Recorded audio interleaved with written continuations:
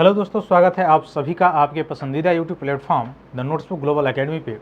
हम लोग बात करने वाले हैं जो मौसम से रिलेटेड कुछ जानकारियां हैं उसके बारे में, जो खासकर एल नीनो और ला नीनो का कंसेप्ट है उससे रिलेटेड चीज़ों को हम लोग समझेंगे। इसको हम लोग कनेक्ट करके जोड़ेंगे, यानी कनेक्ट करके देखेंगे हम लोग कि इस पे भारतीय खाद्य पे यानी फूड जो है, फूड के प्राइसेस पे क्या इफेक्ट पड़ते हैं, या इसमें खाद्य उत्पादन पे जो भी फूड्स हैं उनके उत्पादन पे क्या असर पड़ता है, और साथ ही मुद्रा स्फीति पे कैसे इसका असर पड़ता है, बढ़ता हुआ दिखाई देता है। इन सारी चीज़ों को भी हम लोग देखते हुए आगे चलेंगे, और साथ ही साथ ये भी देखेंगे एल नीनो का कंडीशन क्या होता है, कैसे बनता है, ला नीनो में कैसा कंडीशन होता है। तो इसमें आज जो आपको फैक्ट दिखाई देंगे वो प्रीलियम से रिलेटेड भी दिखाई देंगे और मेन से रिलेटेड भी दिखाई दे देंगे, है ना। तो अभी आपने देखा होगा कि पूरे विश्व जो है, पूरा का पूरा विश्व वैश्विक अस्थिरता में फैला हुआ है, मतलब वैश्विक अस्थिरता को झेल रहा है। खासकर सबसे पहले टैरिफ के वजह से, जो ट्रम्प की टैरिफ थी, उसके बाद से ट्रम्प की टैरिफ ने प्रभावित किया। उसके बाद से जो बचा हुआ कुछ काम था वह ईरान के जो हार्मोज स्टेट्स को बंद किया गया उसके द्वारा प्रभावित हुआ। अब उसके प्रभावित होने से हमारा जो उत्पादित हुआ माल है वह प्रभावित हुआ, और बहुत सारी चीज़ें और भी जो उत्पादन होने वाली हैं वो प्रभावित हुई, क्योंकि उसके बंद हो जाने से जो वैश्विक सप्लाई चेन है वह बाधित हो गया। अब वैश्विक सप्लाई चेन बाधित हो जाने के कारण बहुत से ऐसे रॉ मटेरियल्स हो गए या कच्चे तेल ही हो गए जिससे ट्रांसपोर्टेशन में काम किया जाता है, यह प्रभावित हो जाने के कारण आपको दिखाई देगा कि कॉस्ट जो होता है, मेनली जो कास्ट होता है, उत्पादन जो कास्ट होता है वो क्या हो जाता है, बढ़ जाता है। तो उत्पादन लागत क्यों बढ़ गई, कारण क्या है? ऐसा दो कारणों से उत्पादन लागत बढ़ता है। आपको दिखाई देगा एक कारण जो है उत्पादन लागत बढ़ाने का कि जो कच्चा मटेरियल्स है, जो रॉ मटेरियल्स है, उसका दाम बढ़ जाए। अब उसका दाम दो कारणों से बढ़ता है, जैसे अभी आप देख रहे हैं अस्थिरता के कारण, टैरिफ के कारण बढ़ा हुआ था। दूसरा कारण मौसम संबंधी जो प्रवृत्तियां हैं उसके कारण भी रॉ मटेरियल्स का जो है सप्लाई चेन के अलावा भी आप देख सकते हैं कि उसका कॉस्ट बढ़ सकता है। अब उस स्थिति में आपको दिखाई देगा कि जैसे रॉ मटेरियल्स का कॉस्ट बढ़ेगा वैसे ही जो कंपनी उस वस्तु का उत्पाद कर रही होगी, बना रही होगी, उसका उत्पादन करने का कॉस्ट भी अधिक हो जाएगा। और उत्पादन करने का जब लागत अधिक होगा तो सीधे सीधे उस वस्तु के मूल्य पर भी प्रभाव पड़ेगा, वह वस्तु का जो मूल्य है वो भी प्रभावित हो गया। अब यह मुख्य रूप से बात की जा रही है एल नीनो के बारे में। अभी आगे मैं चर्चा करूंगा इसके बारे में, एल नीनो के बारे में। संभवतः 5 साल पे ऐसा आता रहता है एल नीनो, ला नीनो, लेकिन ये क्या घटना है, एल नीनो की क्या घटना है, ला नीनो की, इस पे हम लोग तो चर्चा करेंगे। लेकिन उससे पहले मैं बता दूं आपको एक कंसेप्ट कि जो मुद्रास्फीति मापी जाती है। अब आप कहेंगे मुद्रास्फीति का इससे क्या लेना देना है? लेना देना है, अभी मैं कनेक्ट करके आपको दिखाऊंगा क्या है। जो इन्फ्लेशन है यानी जो मुद्रास्फीति है, उसमें आपको दिखाई देगा कि दो तरह का इन्फ्लेशन होता है। कौन कौन सा? एक कोर इन्फ्लेशन होता है, कोर इन्फ्लेशन, और एक होगा हेडलाइन इन्फ्लेशन, हेडलाइन इन्फ्लेशन, ठीक ना। तो कोर इन्फ्लेशन और हेडलाइन इन्फ्लेशन में अंतर क्या होता है? कोर इन्फ्लेशन ऐसा इन्फ्लेशन होता है, मन इस तरह का मुद्रास्फीति होता है जिसमें सर्वाधिक वस्तुएं नहीं जोड़ी गई होती हैं, सर्वाधिक वस्तुओं के कास्ट नहीं जोड़ी गई होती हैं। मुख्य रूप से आपको दिखाई देगा कि जो ईंधन है, हाँ, ईंधन हो गया या जो फूड हो गया, फूड माने खाद्य पदार्थ हो गए, जो खाने वाले पदार्थ हो गए, उनको क्या कर दिया जाता है? उनको सब्सट्रेट कर दिया जाता है, अर्थात उनको हटा दिया जाता है, उनको इससे हटा दिया जाता है। यानी इन्फ्लेशन में से जो मुख्य इन्फ्लेशन है उसमें से ईंधन और खाद्य पदार्थ के जो भारांश है उसको अगर हटा दिया जाए, उसके बाद से जो इन्फ्लेशन दिखाई देगा, मुद्रास्फीति जो दिखाई देगा, वो है कोर इन्फ्लेशन। अच्छा, इन्फ्लेशन क्या होता है? किसी वस्तु के मूल्य में वृद्धि जो होती है उसी को इन्फ्लेशन कहा जाता है। इन्फ्लेशन कई टाइप का होता है, ठीक ना, वो अलग बात है। लेकिन इन्फ्लेशन ओवरऑल अगर देखा जाए उसका मतलब हो गया कि वस्तु की मूल्य में जो है मांग बढ़ रही है। अब वस्तु की मूल्य जब बढ़ रही है तो सीधे सीधे जो है क्रय शक्ति क्षमता जो होती है वो क्या होती है? प्रभावित होती है, ठीक ना। अब इससे आपके रुपये पर भी, यानी आपकी करेंसी पर भी क्या होता है? प्रभाव पड़ता है। लेकिन ओवर द ऑल अगर देखा जाए हेडलाइन इन्फ्लेशन क्या होता है, तो हेडलाइन इन्फ्लेशन जब आप देखेंगे तो आपको देखने पर ये पता चलेगा कि हेडलाइन इन्फ्लेशन में आल चीज़ें जो है वह इंक्लूडेड रहती हैं। मतलब इसमें फूड भी इंक्लूडेड रहता है, इसमें जो है ईंधन भी जो है यानी फ्यूल भी क्या होता है, वह इंक्लूडेड रहता है, यानी फूड एंड फ्यूल दोनों इसमें इंक्लूडेड रहता है। अब आप कहेंगे तो अंतर क्या है आखिर? देखिए, जहां हेडलाइन इन्फ्लेशन होगा वह हमेशा कोर इन्फ्लेशन से ज़्यादा होगा। क्यों ज़्यादा होगा? क्योंकि उसमें भारांश फूड और किसका है, फ्यूल का है। अब ये दोनों जो चीज़ें हैं वह किसी तीसरी चीज़ पर डिपेंडेबल होती हैं। जैसे जो फ्यूल है, जो ईंधन है, वह ईंधन मुख्य रूप से अपने देश में ज़्यादा तो होता नहीं है, तो जब ज़्यादा नहीं होता है तो यह किसी दूसरे देश से आयात किया जाता है। अब जब किसी दूसरे देश से आयात किया जाएगा और वह देश इसका प्राइस हाइक कर दे, आयात शुल्क बढ़ा दे, उस स्थिति में इस फ्यूल का कॉस्ट क्या हो जाएगा, बढ़ जाएगा। या दूसरा स्थिति यह हो सकता है कि वैश्विक महामारी या वैश्विक महामारी जैसे कोविड-19 हुआ था तो सप्लाई चेन बाधित हुआ था, या तीसरा कंडीशन जो युद्ध है, जैसे अभी ईरान और यूएसए के बीच में चल रहा था युद्ध, जिसके कारण हार्मुज स्ट्रेट को बंद कर दिया गया, तो उस मैक्सिमम सप्लाई चेन उससे प्रभावित हो गई। अब maximum number of the supply chain जब प्रभावित हो गई, यानी इससे इफेक्टेड हो गई, तो सीधे सीधे क्या हो गया, या फ्यूल की जो मुख्य रूप से प्राइस है वह क्या हो जाएगा, हाइक हो जाएगा, यानी फ्यूल की प्राइस हाइक हो जाएगी। अब फ्यूल की प्राइस हाइक होगी तो सीधी सीधी बात है कि हेडलाइन इन्फ्लेशन भी हाइक हो जाएगा। अब फ्यूल इन्फ्लेशन मतलब फ्यूल की हाइक हो जाएगी अगर रेट या प्राइस, तो सीधे सीधे आपको पता होगा कि ट्रांसपोर्टेशन में, यानी जो परिवहन लागत है वो भी बढ़ जाएगा। अब ट्रांसपोर्टेशन लागत कैसे बढ़ जाएगा? कोई भी वस्तु एक जगह से दूसरी जगह जब जाई जाती है या एक जगह से दूसरी जगह ले जाई जाती है, चाहे वह इंटर स्टेट लेके जाया जा रहा हो, मतलब एक राज्य से दूसरे राज्य में लेके जाया जा रहा हो, या एक राष्ट्र से दूसरे राष्ट्र में लेके आया जा रहा हो, अगर फ्यूल का मूल्य बढ़ गया, इसका मतलब हो गया कि उसमें परिवहन लागत बढ़ गई। अब परिवहन लागत अगर बढ़ गई तो इसका मतलब वह वस्तु अगर पहले 5 रुपये में आता था और 2 रुपया परिवहन लागत बढ़ गया, तो अब उस वस्तु का दाम कितना हो गया, 7 रुपया। यह 7 रुपया किसके कारण हुआ है? यह फ्यूल के रेट में या फ्यूल के प्राइस में जो बढ़ोतरी हुई है उसके कारण हुआ है। तो फ्यूल भी प्रभावित करता है। दूसरा, अगर फूड की बात कर लिया जाए तो फूड कैसे प्रभावित करता है, अर्थात खाद्य वस्तुएं कैसे प्रभावित करती हैं, तो उसी से रिलेटेड आपको दिखाई देगा। जैसे मान लीजिए फूड है, खाद्य वस्तुएं हैं, अभी खाद्य वस्तुओं का उत्पादन बड़े लेवल पे हुआ है, जैसे चावल है, विश्व में सबसे ज़्यादा चावल का उत्पादन भारत में हुआ है। तो उस स्थिति में चावल का रेट जो होगा, जब उत्पादन ज़्यादा होगा तो चावल का रेट, और उपभोक्ता भी है, इसके मांग भी है, तो रेट लगभग कंट्रोल मतलब रहेगा, नियंत्रित के आसपास रहेगा। लेकिन अगर उस स्थिति का अगर आप जायजा करें जिसमें यह फूड कास्ट बिल्कुल जो है बढ़ जाए, अर्थात फूड कास्ट बढ़ जाए, कब फूड कास्ट बढ़ जाएगा या हाइक हो जाएगा इसका प्राइस, तो इसका प्राइस हाइक तब होगा जब यह या तो इसका उत्पादन मुख्य रूप से यानी प्रोडक्शन बिल्कुल लो हो जाए। अब प्रोडक्शन लो किस तरह से हो सकता है? तो प्रोडक्शन लो के 2 कारण हैं। एक, कोई प्राकृतिक आपदा आ गया हो, कोई भी प्राकृतिक आपदा जैसे बाढ़ आ गया, सूखा पड़ गया, या फिर से उसके अलावा भूकंप या सुनामी आ गया जो तटवर्ती क्षेत्र है जहाँ पे बड़ी मात्रा में होता है। अब उसके कारण कोई प्राकृतिक आपदा जो आ गया है उसके कारण वहाँ की जो फूड है, वहाँ की जो खाद्य है वह क्या हो गई, प्रभावित हो गई। जैसे मान लीजिए चावल ही है, अब बड़े मात्रा में जब चावल की खेती हो रही है और बाढ़ आ जाए तो वह पूरा फसल बर्बाद हो जाएगा, या अग्नि लग जाए, पूरा आग लग जाए तो फसल बर्बाद हो जाएगा, या और भी कोई कंडीशन हो सकते हैं, जैसे टिड्डा वाला एक बार चला हुआ था, उस तरह से कोई कीट पतंगे आ जाए तो भी प्रभावित हो जाएगा। अब ये जब फूड चेन प्रभावित होगा तो इस सीधी बात है कि इसकी मात्रा क्या हो जाएगी, कम होगी, और मांग तो है ही, वैसे बना हुआ है मार्केट में। अब मांग बना हुआ है, इसकी मात्रा जो है कम हो गई, तो सीधी बात है कि इसकी कॉस्ट क्या हो गई, बढ़ गई। अब इसकी कॉस्ट बढ़ गई तो पहले आपको 50 रुपये में मिलता था 1 किलो, अब ये मिलेगा 70 रुपये में किलो, है ना। तो इसका मतलब क्या हो गया, इन्फ्लेशन बढ़ा कि घटा, इन्फ्लेशन बढ़ गया। इसका मतलब सीधी बात है कि फूड से रिलेटेड यानी फूड चेन में खाद्य वस्तुओं में, यानी खाद्य वस्तुएं कौन वस्तुएं होती हैं, जो कृषि उत्पादन होती हैं, वह कृषि उत्पादन अगर प्रभावित होता है तो सीधे इन्फ्लेशन भी प्रभावित होता है। ये तो स्पष्ट हो गया। अब फूड इन्फ्लेशन जो होता है, फूड इन्फ्लेशन यह बहुत ज़्यादा कंट्रोल करता है किसको, इन्फ्लेशन को। कैसे कंट्रोल करता है बहुत ज़्यादा? तो मैंने बताया कि कोर इन्फ्लेशन में फूड और इसको नहीं जोड़ा जाता है, फ्यूल को नहीं जोड़ा जाता है। तो इससे कौन सा प्रभावित होगा, हेडलाइन प्रभावित होगा कि कोर प्रभावित होगा? हेडलाइन प्रभावित होगा, कोर तो प्रभाव नहीं पड़ेगा उसमें। अभी आपने सुना होगा हाल फिलहाल में जो MPC की बैठक हुई थी, मॉनेटरी पॉलिसी कमेटी की, उसमें भी आपको दिखाई देगा कि अभी भी मुद्रास्फीति बहुत ज़्यादा स्तर पर नहीं बढ़ने वाली है, 5 कुछ के आसपास रहने वाली है, जिसमें टारगेटिंग जो है किया गया था क्या, 4 ± 4 प्लस माइनस जो है 2 के आसपास, मतलब या तो 6 होना चाहिए नहीं तो 2 होना चाहिए, इसी के बीच में होना चाहिए, इससे ज़्यादा इससे कम नहीं होना चाहिए। तो इसी के बीच के आसपास अभी बताया जा रहा है, इसका मतलब हो गया कि नॉर्मल स्थिति में है। अभी भी बहुत कम है, 2 दशमलव कुछ अगर इस वर्ष की बात किया जाए तो इसका मतलब इन्फ्लेशन अभी बहुत ही कम हो गया।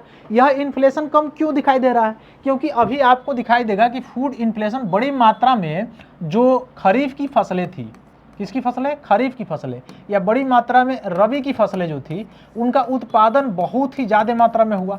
अब उत्पादन ज़्यादा मात्रा में होने के कारण अगर भंडारण अच्छी तरह से हो तो सीधी सीधी बात है, उत्पादन बहुत ज़्यादा हो गया, सप्लाई ज़्यादा हो गया, मांग उसका उससे ही बना हुआ है, तो सीधी सीधी बात है इसकी प्राइस क्या हो जाएगी? लो हो जाएगी। यही कारण है कि जब इसकी प्राइस लो हो गई तो सीधे सीधे मुद्रास्फीति पे, हेडलाइन मुद्रास्फीति जो है, हेडलाइन इन्फ्लेशन जो है या फूड इन्फ्लेशन कम हो जाने के कारण आपको दिखाई देगा ओवरऑल पर कि इन्फ्लेशन अभी भी नियंत्रित मात्रा में है, नियंत्रित में बना हुआ है। लेकिन अभी जो आसार बताया जा रहा है, अभी जो एक कयास लगाया जा रहा है, इसमें चूंकि सभी चीज़ें तो अपने भारत में तो होती नहीं है, बहुत सारी चीज़ें आयात भी की जाती हैं, तो एक तो उसका प्रभाव तो पड़ेगा ही पड़ेगा। फूड में भी बहुत सारे सिस्टम हैं, जो बहुत सारे वस्तुएं हैं, पदार्थ हैं जो आयात किया जाता है, तो उसका प्रभाव तो पड़ता ही पड़ता है। साथ ही साथ आपको ये भी दिखाई देगा कि यह जो फूड है, यह अपने वहाँ जो खाद्य होता है, यानी जो खाद्य वस्तुएं बनती हैं या खाद्य वस्तुएं उत्पादन होती है, वह कहाँ से होती है? कृषि से, एग्रीकल्चर से। और अपने वहाँ का जो एग्रीकल्चर डिपेंडेबल है वह किस पे है? सिंचाई पे। अब ये सिंचाई वाला जो एग्रीकल्चर है वह मुख्य रूप से डिपेंडेबल किस पे है? मानसून के। यानी मानसून जब आता है, यानी मानसून कब आता है? लगभग जून के फर्स्ट वीक में आपको दिखाई देगा कि मानसून आता है ना। तो मानसून जब आता है, या जो दक्षिण पश्चिम मानसून है, इसके कारण बहुत ज़्यादा कृषि पे प्रभाव पड़ता है। अर्थात मानसून अगर जिस वर्ष अच्छे मात्रा में आता है, अच्छी मात्रा में वर्षा होती है, उस स्थिति में आपको दिखाई देगा कि फूड आसानी से, मतलब जो कृषि वस्तुएं हैं जैसे खरीफ की फसलें हो गई, रबी की फसलें हो गई, उनका उत्पादन बड़ी मात्रा में होता है। अब जब बड़ी मात्रा में होगी तो खाद्य इन्फ्लेशन कम हो जाएगा। लेकिन उस स्थिति का कयास लगाइए जिसमें ये बताया जा रहा हो कि क्या आ रहा है? अल नीनो आ रहा है। अभी मैं इसके बारे में बताऊंगा अल नीनो क्या होता है। तो अल नीनो आ रहा है, अभी इसके बारे में केवल शार्ट में देख लीजिए, इसके बारे में अभी मैं विस्तृत से बताऊंगा। अल नीनो आ रहा है। अब अल नीनो क्या करेगा? जैसे ही अल नीनो लगभग 5 वर्ष पे आता है, और ये अल नीनो आता है जैसे ही, वैसे भारत का जो दक्षिण पश्चिमी मानसून, दक्षिण पश्चिमी जो छोर है, उसका टेम्परेचर लो हो जाता है। उसका टेम्परेचर क्या हो जाता है? लो हो जाता है। और इधर ऑस्ट्रेलिया की तरफ जो है टेम्परेचर आपको दिखाई देगा हाई हो जाएगा। अब उस स्थिति में आपको क्या दिखाई देगा? मतलब ऑस्ट्रेलिया नहीं, इधर पेरू तट पे जो है वह मुख्य रूप से क्या हो जाता है? हाई हो जाता है। इस स्थिति में आपको दिखाई देगा कि यहाँ पे जब ठंडा हो गया तो हाई प्रेशर बन गया, लो प्रेशर बना ही नहीं। जब हाई प्रेशर बन गया तो इसका मतलब ये हो गया कि यहाँ से वर्षा नहीं होगा, क्योंकि मानसून का प्रस्फुटन नहीं होगा, मानसून यहाँ से उत्पन्न नहीं होगा। क्यों? क्योंकि यहाँ पे जब लो प्रेशर रहता, टेम्परेचर हाई रहता, तो सीधे सीधे क्या होता? जलवाष्प बन के जाता और सीधे बादल बनता, फिर वर्षा होती, और यह कई शाखाओं में बढ़ते हुए यहाँ पे चला जाता। लेकिन मुख्य रूप से क्या बताया जा रहा है कि अल नीनो इस समय प्रभावी हो सकता है।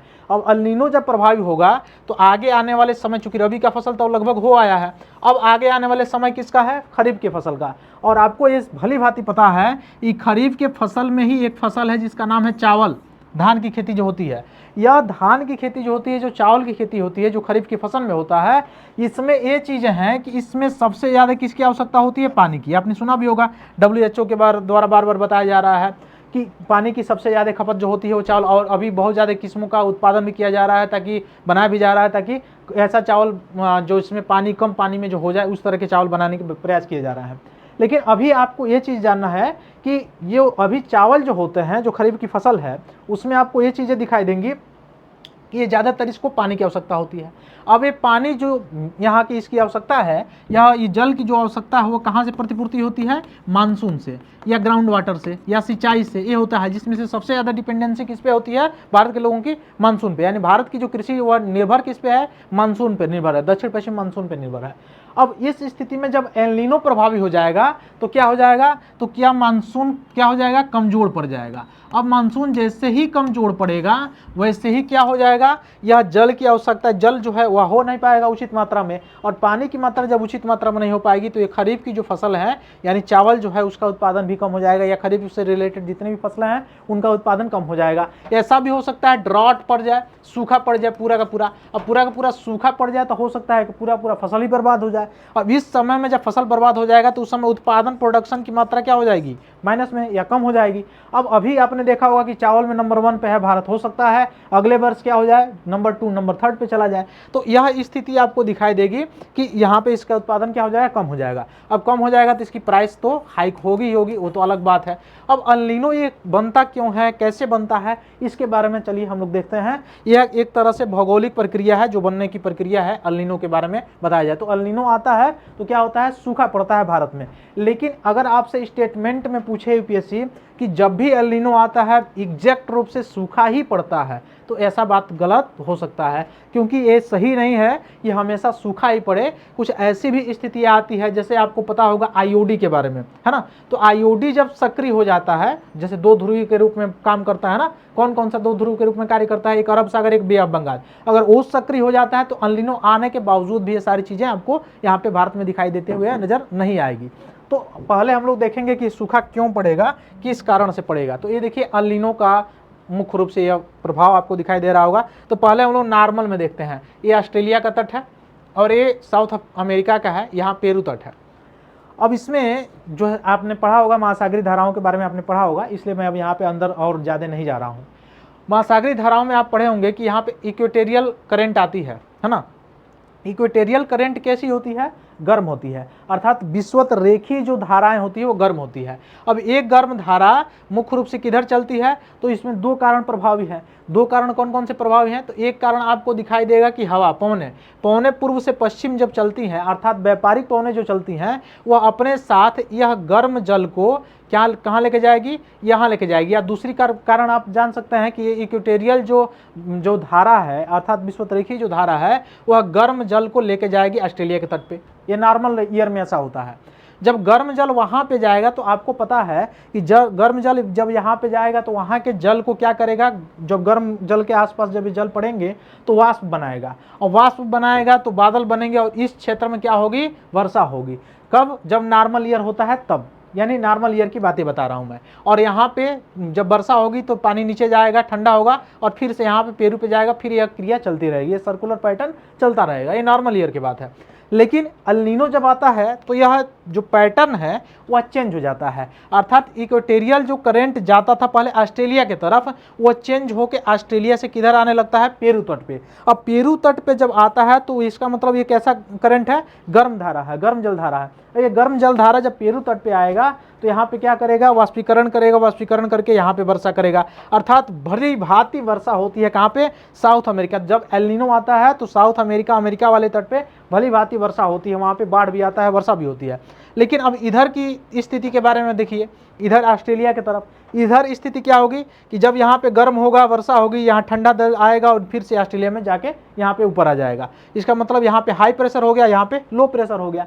तो यहाँ पे जल जब हाई प्रेशर हो गया तो यहाँ पे क्या होगा, वाष्पीकरण नहीं होगा। वाष्पीकरण नहीं होगा तो बादल नहीं बनेंगे, और जब बादल नहीं बनेंगे तो वर्षा नहीं होगी। इस स्थिति में ऑस्ट्रेलिया में और भारतीय उपमहाद्वीप में पूरा का पूरा क्या होता है, सूखा पड़ता है। लेकिन वही मैंने बताया कि निश्चित ऐसा नहीं है कि भारत में पड़ेगा ही पड़ेगा, लेकिन हाँ एल नीनो आता है तो ये कंडीशन बिल्कुल होता है। तो आप समझ गए होंगे कि एल नीनो में क्या कंडीशन होता है, क्यों होता है। इसके कई कारण हैं। एक कोरियोलिस बल भी हो सकता है, एक जो पवनों का मतलब उत्क्रमण है वो भी हो सकता है, जो मुख्य रूप से सिंक्लाइन होता है, जैसे लवणता हो गया, उसके प्रभाव से भी ऐसा सारी चीज़ें देखने को मिल सकती है। ग्लोबल वार्मिंग हो रहा है, वो भी प्रभाव इस पर दिखाई देता हुआ नजर आ सकता है। तो ऐसे कई कारण हैं जिसके कारण ये चीज़ें आपको दिखाई देगी। तो ऐसे बताया जा रहा था, द इकोनॉमिक टाइम में निकला हुआ था कि El Nino threat looms large data source strong link to weak monsoons, यानी ऐसा लग रहा है कि एल नीनो आएगा, और आएगा तो मानसून को क्या करेगा, भारतीय मानसून को कमजोर कर देगा, और कमजोर करेगा तो हो सकता है इसके बदले क्या होगा, कृषि से लेके सारी चीज़ों पे प्रभाव पड़ेगा। हीट वेव और बढ़ेंगे, बीमारियां और बढ़ेंगी, खासकर से रिलेटेड हेल्थ से भी कंसर्न आप इससे जोड़ सकते हैं कि हेल्थ से कितने बड़े कंसर्न हो सकता है। फिर और भी जो नदियां हैं, नाले हैं, उनके जीव तंत्र हैं, उनके बारे में भी आप इससे कनेक्ट करके लिख सकते हैं। बिल्कुल, तो इसका असर क्या पड़ता है? भारत, ऑस्ट्रेलिया, दक्षिण एशिया सूखा, कमजोर मानसून यहाँ पे हो जाता है। वही अमेरिका और दक्षिण अमेरिका, पेरू वगैरह में आप देखेंगे तो क्या होगा? भारी बारिश होगी वहाँ पे पेरू के तट पे, ठीक ना। कब? El Nino. वही एक और इसका उल्टा पैटर्न है ला नीनो। तो ला नीनो से याद रखिएगा, ला नीनो माने लाता है, मतलब उसी का उल्टा हो जाएगा। तो लानिनो जब रहेगा तो नॉर्मल ईयर के जैसे रहेगा, और उस समय में क्या होगा कि भारतीय उपमहाद्वीप में वर्षा होता है और उधर पेरू तट पे क्या पड़ता है? सूखा पड़ता है, ठीक है। ये नॉर्मल रूप में आप याद रखेंगे। क्यों? क्योंकि अब मैं अंदर अगर जाऊंगा बताने तो बहुत ज़्यादा समय लग जाएगा, ऑलरेडी हम लोग का समय ज़्यादा हो चुका है, ठीक ना। तो एक करंट के विषय के संदर्भ में था, तो इसलिए उसी के संदर्भ में बता रहा हूँ। बाकी आप भूगोल में पढ़े होंगे, और इसका खुद एक टॉपिक ही है जो लगभग मतलब 2-3 क्लास का टॉपिक है, इसलिए मैं शॉर्ट में बता रहा हूँ आपको। तो 10 साल में सबसे मजबूत हो सकता है। कुछ model super El Nino 2 degree Celsius plus warming तक पहुँचने की चेतावनी दे रहे हैं। 10 साल में सबसे मजबूत हो सकता है, ऐसा बात बताया जा रहा है ना। तो ये सारी चीज़ें हैं, आप समझ गए होंगे। कृषि में संकट हो सकता है, सूखा पड़ सकता है, पानी की कमी होगी, जो उत्पादन है उस पर प्रभाव पड़ेगा, ग्रामीण आय में गिरावट होगी, असमानता बढ़ेगी, खाद्य संकट हो सकता है, महंगाई बढ़ेगा। ये सारी चीज़ें आपको दिखाई देते हुए नजर आएगी। हीट वेव बढ़ सकता है, कार्य प्रभावित होगा, कार्य क्षमता प्रभावित हो सकती है, वैश्विक लेवल पे उर्वरक संबंधी संकट हो सकते हैं, खाद्य चीज़ों का कीमत बढ़ सकता है, सप्लाई चेन प्रभावित हो सकता है। ये सारी चीज़ें, व्यापारिक कमजोरियां भी यहाँ पे दिखाई देते हुए आपको नजर आएगी। तो इससे रिलेटेड चीज़ें थी। आशा करते हैं आपको ये सारी चीज़ें समझ में आई होगी। मैंने शॉर्ट में बताने की कोशिश की है, क्योंकि एल नीनो, ला नीनो और पृथ्वी का घूर्णन खुद एक टॉपिक है भूगोल का, जिसमें कम से कम 2-3 क्लास लगता है। तो शॉर्ट में मैंने संक्षिप्त में बताया है। फिर मिलेंगे हम लोग अपनी अगली क्लास में। तब तक के लिए बहुत बहुत धन्यवाद। आपको कमेंट में बताना है कैसा लगा क्लास और किस तरह से आपको समझ में आया कि नहीं आया। फिर मिलते हैं नेक्स्ट डे अगले क्लास में। तब तक के लिए बहुत बहुत धन्यवाद। जय हिंद।